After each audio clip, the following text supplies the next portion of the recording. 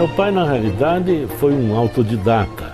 Já com pouca idade, ele pintava o curral lá da chácara deles, onde ele morava, pintava as paredes. Então ele começou a se definir como um artista, já que a família não queria que ele fosse médico. E mais tarde, por problemas políticos contra o fascismo, ele acabou tendo que sair da Itália, deixar sua terra natal, que era Badia Polese, uma aldeia, e acabou vindo primeiro ao Rio de Janeiro, onde teve uma passagem muito curta, depois foi a São Paulo, onde naquela época a colônia italiana era muito grande, e chegando em São Paulo, chegou com 5 mil reais no bolso, se hospedou no melhor hotel, que era o Terminus Hotel naquela época, deu 5 mil reais de gorjeta e foi arranjar emprego. E arranjou. Começou a desenhar para os jornais da colônia italiana. E constatamos efetivamente a participação do Viaro, né, em 2 jornais vinculados à imigração italiana. Então são jornais que têm todo esse lado, né, da tradição italiana em São Paulo, que foi exatamente o grupo que recebeu o Viaro, e nós verificamos ele, de fato, entre 1927 até 1929, ele tem ilustrações, inclusive assinadas. É interessante porque o que a gente percebe nas ilustrações já é o grande desenhista, né? Mas muito diferente dos trabalhos que o Viaro vai desenvolver depois. Mais tarde, mesmo em São Paulo, chegou a pintar afrescos em cafés, naquelas mansões da Avenida Paulista que pertenciam aos cafeicultores famosos da época, né? E veio a Curitiba. Chegou de trem, né, às 9 horas da noite na estação ferroviária daqui, pôs as malas no hotel e subiu a rua Barão do Rio Branco até a Rua 15, e a partir das 10 horas da noite não tinha mais ninguém nas ruas. E ele me contou depois que disse assim, mas aonde que eu vim me meter? Não tinha uma viva alma na rua à noite. Começou a trabalhar, a pintar, lecionar aqui, mas de repente ele resolveu ir embora daqui, ir embora de Curitiba, comprou a passagem para ir para o México e para ver os muralistas da época, que eram famosos. Mas de repente ele vê minha mãe na rua, Yolanda, e disse que ia casar. Eu disse para um amigo que ia casar com ela. E aí o amigo, ninguém conhecia, disse assim, se ela for casada, eu roubo ela. A minha avó e ela estavam na Rua das Flores, que era chamada Rua 15, talvez, e havia uma loja chamada O Louvre. E elas entraram para fazer alguma compra e caminharam até a Praça Tiradentes, onde havia um bonde que parava bem em frente à Rua Comendador, com a Ângelo Sampaio, na casa de vovó. Aí elas tomaram o bonde e tio Guido então olhou e viu aquela moça e disse, eu vou casar com essa moça. E tomou o bonde também e viu onde ela desceu. Ele está na rua com os amigos e de repente encontrar esta senhora e se apaixonar à primeira vista e dizer que se uma segunda vez que ele encontrasse, ele casava com ela, né?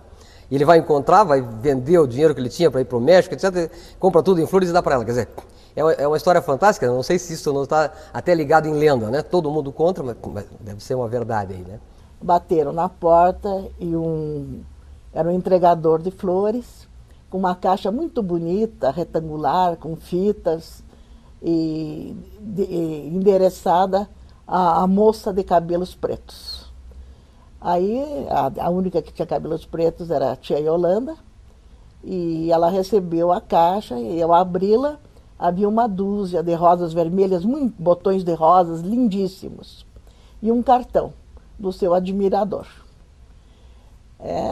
Foram olhar na janela e estava o Guido Viaro, que não se sabia o nome ainda, parado na esquina, todo vestido com uma calça de flanela bege, como era a moda, um paletó marrom, uma gravata de listras, também bege e marrom, e um chapéu.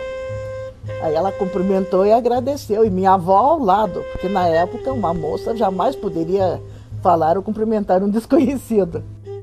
Durante o namoro e tudo isso, todos ficavam, mas ele veio de longe, é italiano, será que não deixou família por lá? Aí então pediram, meu pai disse, mas onde já se viu, deixa a moça namorar. Aí eles foram na embaixada da Itália, meu pai foi, e pediu informações, aí viu que de fato ele era solteiro, não é? Então, mais um ponto a favor. O Viaro, antes de chegar em Curitiba, ele teve algumas passagens importantes, né? Já na Europa mesmo, né? A passagem dele por Veneza, Bolonha, Paris, né? Ele esteve em Paris também. E claro, quando o Viaro está fazendo essas viagens pela Europa, ele é um jovem rapaz, mas já nos seus 20 e poucos anos, né? Pelo que a gente entende, até o tempo que ele estudou em Veneza, né? Ele passou pela Academia de Veneza. Então ele vem, ele não é um artista, vamos dizer, diplomado, né? Mas então ele não tem, vamos dizer assim, aquela formação de escola acadêmica, né? Formal, mas ele tem, né, uma experiência extremamente rica, porque de certo modo eu notei que ele passa, né, pela Itália com uma experiência muito forte do Novecento, ele passa por Paris, e em Paris, né, ele certamente vai perceber todos os movimentos que estão acontecendo, até porque ele é um artista, tem esse interesse. Quando ele chega em São Paulo, ele se aproxima de Alfredo Volpi, sobretudo, né, e de um grupo que mais tarde vai se constituir como o Grupo Santa Helena, lá em São Paulo.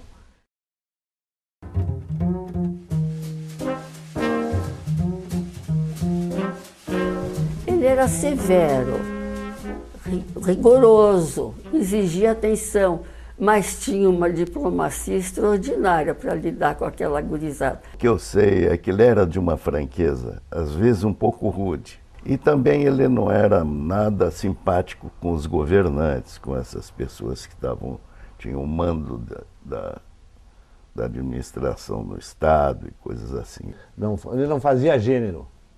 Era o tipo do cara sincero, sinceridade.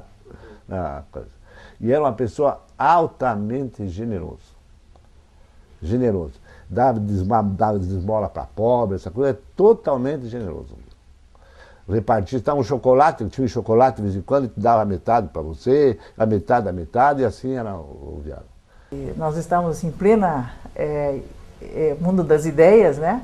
Isso já era em 63, 64, e eu era presidente do diretório, tinha de sair o tempo todo, ia para o diretório, porque nós queríamos montar uma greve. E ele foi se irritando. Até uma hora que eu voltei para a sala de aula, ele pegou um copo d'água e jogou do meu lado, assim. Fica aí na sala de aula. Eu saí, fui chorar, coisa de menina, né? E ele daí foi me consolar. Então era uma pessoa assim, de um temperamento muito forte, mas que ele transmitia assim, muita energia para a gente. E isso daí foi uma coisa que me marcou. Pessoalmente, ele várias vezes, quando eu encontrava Guido Viaro, ele estava tão transbordante de energia que mesmo que eu estivesse para baixo naquele dia, eu já ficava com vontade de fazer coisas importantes, de ir para a máquina de escrever alguma coisa, porque o que ele transmitia, assim, com o seu aspecto, os seus braços assim, sempre vigorosos, enérgicos, tal, era uma vontade de criar uma coisa que parecia que extravasava dele e contagiava a gente também. Da Violeta Franco, que faleceu recentemente, que dizia que ele tinha a cabeça de vulcão, porque ele explodia em ideias e transmitia isso aos seus alunos e aos amigos também. O Viaro era rústico, não é como um camponês, forte e rústico, e ao mesmo tempo dócil como uma criança.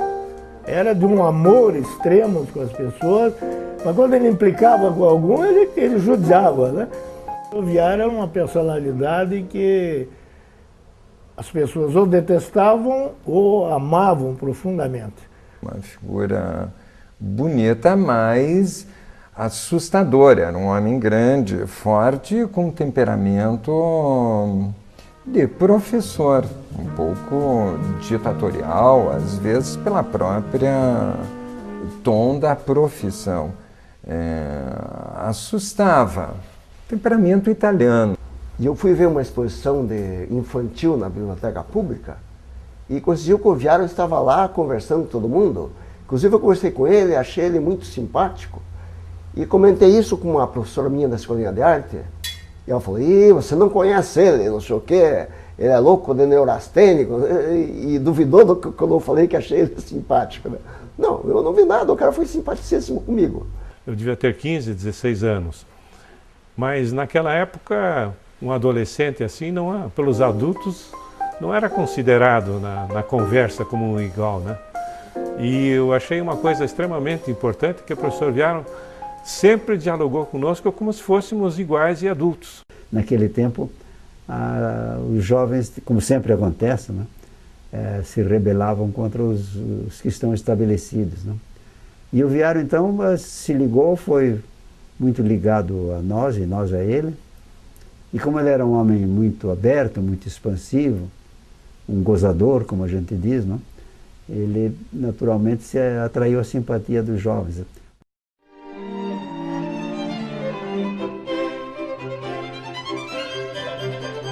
Era uma época em que, quando o professor entrava em uma sala de aula, os alunos se levantavam, ficavam em pé do lado da carteira.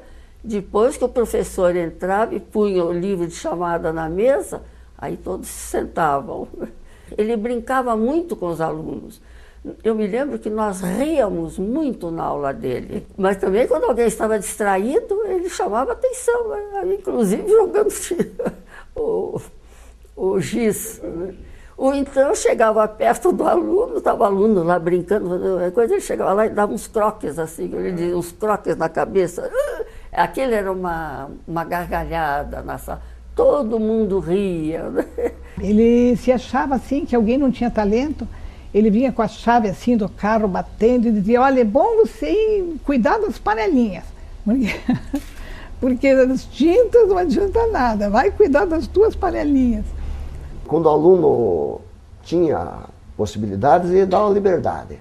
Inclusive, uma vez ele chegou a dizer, vocês podem pintar o que quiserem, menos cretinice. Chegou a pôr uma estatuinha, uma estatueta embaixo de uma luz branca, toda branca, de gesso. E ele queria que eu pintasse as sombras. Isso é só se o senhor quer. Porque aonde que eu estou vendo, o senhor me põe uma luz de cima, um gesso branco e que eu veja as sombras. Se você for artista, você acha as sombras. Depois de um tempo de convivência com ele na escola, ele foi criando em torno dele um grupo de alunos que ele considerava e eram realmente mais sérios, né? Havia alguns que estavam ali passando o tempo, ele mesmo brincava, às vezes, algumas moças que estavam ali esperando o casamento, né? Ele disse, você vai fazer o seguinte, você pega um carvão aí, tem o papel ali, prende o papel, ele pegou e pôs umas taxinhas no cavalete, assim, papel jornal.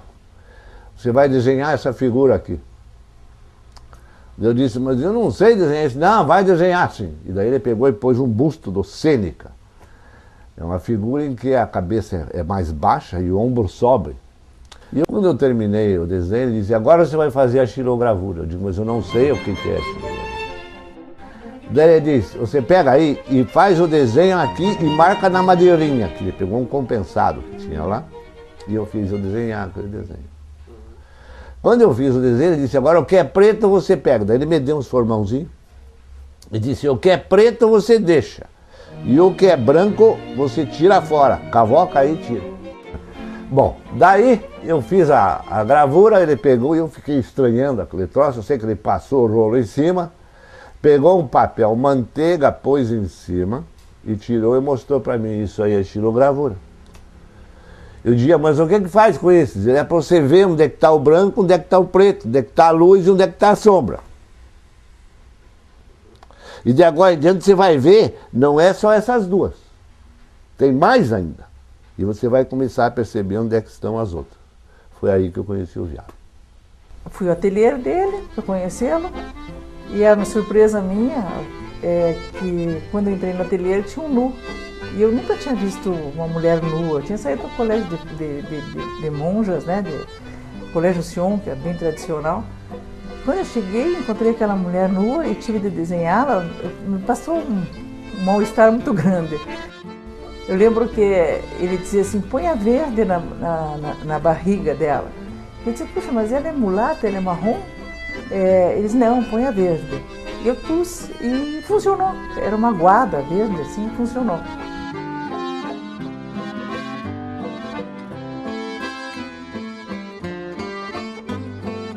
Sempre incentivava quem fazia, porque essa parte de conceituação, ele não era muito chegado no conceituar, era no cara que fizesse. Tanto é que, basicamente, ele dizia, cuide sempre da linha, sempre cuida do desenho. Esse era, independente de qualquer coisa, ou, digamos, a parte mais fundamental que ele achava no artista. É a parte do traçado, do traço e do desenho. Se você sabe desenhar, você sabe pintar. Ele pintava junto com a gente. Ele pintava o mesmo modelo que você estava pintando, ele desenhava a mesma coisa que você estava desenhando. Ele não perdia tempo. O tempo inteiro dele ele estava trabalhando, desenhando e fazendo. O ensino acadêmico era um ensino absolutamente num padrão de regras, de uma aceitação obrigatória de conceitos. E cada vez que a gente se revoltava com isso, o Viaro vinha e dizia, não é nada disso, você faça como você quiser. O principal componente da arte é a liberdade. Faça o que quiser, use o material que quiser, como quiser, do jeito que quiser. Obra de arte é resultado, não é processo. Tem uma frase do filósofo Immanuel Kant que ele diz assim, não se ensina filosofia, ensina-se a filosofar. Eu acho que o método do Viaro era um pouco isso, né? Quer dizer, você não ensina arte, né? Mas você auxilia o indivíduo a ser artista. Claro, acho que era isso que o Viaro fazia. O método do Viaro era exatamente em cima da liberdade. A arte era efetivamente uma forma, um exercício de liberdade, né? Ele me convidou para ir ter aulas no Ateliê Livre na Escola de Música de Belas Artes. E um universo completamente feminino, só tinham alunas praticamente.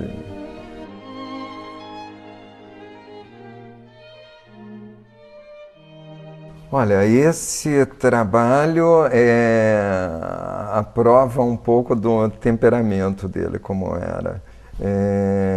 Eu demorei talvez 1h30, era o tempo da aula, 2 horas que a gente ficava 2 vezes por semana lá na Belas Artes. De 67, eu tinha 13 anos, 14 anos de idade. E demorei 1h30 para fazer a mão de uma figura, era um modelo vivo que tinha. E depois que eu sofri em cima, ele chegou e disse, olha menino, eu vou te ensinar como se desenha uma mão. Pegou a minha mão, colocou a mão dele em cima da minha, em segundos talvez ele tenha desenhado esta mão. É assim que você tem que fazer. Então isso era bem o temperamento dele. Naquele tempo não havia assim modelos profissionais, né? Então geralmente eles pegavam ou assim, tipo quando era modelo nu, eles pegavam mulheres de rua. Inclusive o professor Lopes geralmente era quem se dispunha a sair à noite para ver se contratava alguém. E também contratavam umas velhinhas e velhas de um asilo perto da rodoviária. Havia um asilo ali, acho que era da igreja de Guadalupe, que eles então ganhavam por mês para ir semanalmente na escola posar como figura ou figura inteira vestida. E tinha um senhor que era muito pobre e naqueles dias de frio, a gente pintando lá em cima, aquele senhor sentava e dali a 10 minutinhos ele caía no sono, coitado. Eu desenhava ele de olho fechado, eu não tinha assim uma tarimba para imaginar um olho aberto. Aí ele dizia assim, mas será possível que você só consegue pintar o homem de olho fechado, mas não tem o cubo, ele dorme, o que eu vou fazer? Quando faltava modelo, os alunos posavam para os colegas para a gente não perder a aula. Aqui no caso é o Fernando Calderari posando para nós. É um desenho de 61, a gente estava no 3º ano de modelo vivo com o Viaro. E pelo jeito o Viaro fez algum comentário sobre o desenho, porque depois eu repeti ao lado aqui, fazendo alguma modificação, né? Volta e meia aparecia um lá que ficava de modelo. Era um, era outro. Ele cansou de pegar, ele pegava, gente cansava. Quando ele estava lá em cima, tem aquela polaca ali, uma polaca não, uma outra, uma velhinha sentada, que vai na árvore, sabe, uma velhinha feia, aquele troço. Ele pegava na rua, ele levava lá. Levava lá e a gente ia desenhar para a mulher. Os modelos, quando ele trazia da rua, trazia uma outra informação que era necessária para quem estava trabalhando com arte. Você conhece aquele trabalho da polaca sentada, né? Que ela está acho que uma cesta de fruta. Aquela senhora, ela era interessantíssima, ela não tinha um dente na boca. Eu desenhei muitas vezes aquela senhora. E eu lembro o dia que o professor Viara terminou